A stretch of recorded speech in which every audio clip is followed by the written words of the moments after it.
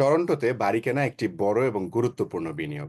এ বিষয়ে আজ কিছু টিপস আপনাদের সাথে শেয়ার করছি যা আপনাকে সঠিক সিদ্ধান্ত নিতে সহযোগিতা করবে। ১ নম্বরে বাজেট নির্ধারণ করুন। আপনার আর্থিক সামর্থ্য অনুযায়ী বাজেট তৈরি করুন। ব্যাংক বা মর্টগেজ ব্রোকারের মাধ্যমে প্রি অ্যাপ্রুভড মর্টগেজ সংগ্রহ করুন যাতে করে আপনি বুঝতে পারেন যে আপনি কতটা খরচ করতে পারবেন। নাম্বার ২, লোকেশন বেছে নিন। স্কুল, ট্রানজিট, হাসপাতাল এবং কর্মস্থলের কাছাকাছি আপনার এলাকা বেছে নিন।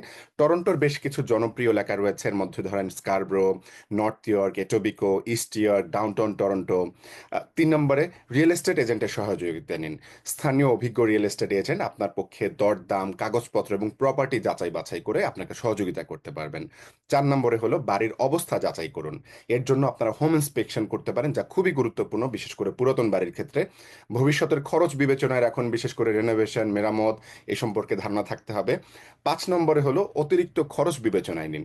শুধু দাম নয়, এর সঙ্গে land transfer tax, home insurance, legal fees, আপনার ক্লোজিং কস্ট কত হতে পারে, এই বিষয়গুলো মাথায় রাখতে হবে। ৬ নম্বরে বাজার পরিস্থিতি বিশ্লেষণ করুন।